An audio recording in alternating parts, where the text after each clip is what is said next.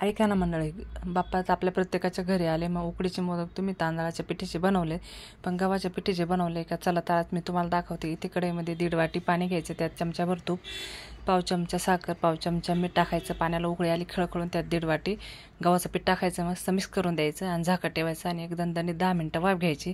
वाफ बसल्यानंतर उकड छान होते बरं का. आणि आपण तांदळाची पिठी जशी मळून घेतो ना उकड, तशीच ही उकड गरम गरम असताना मळून घ्यायची. पाण्याचा थोडासा हात लावायचा, जास्त लावायचा नाही.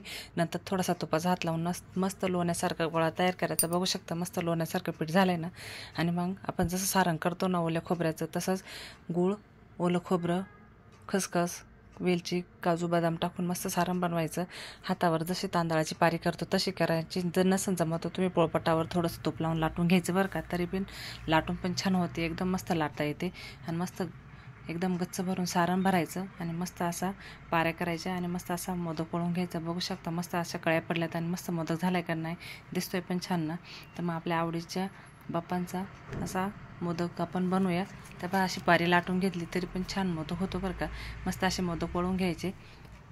चाळणीवर कपडा ठेवायचा आणि त्यावर आपण तांदळाचे जसे मोदक उकडतो ना तसेच हे उकडून घ्यायचे. 10 मिनटं वाफवून घ्यायचे आणि मस्त गरम गरम तूप सोडून खायचे. एकदम मस्त लागतात बरं का आणि एकदम भारी होतात.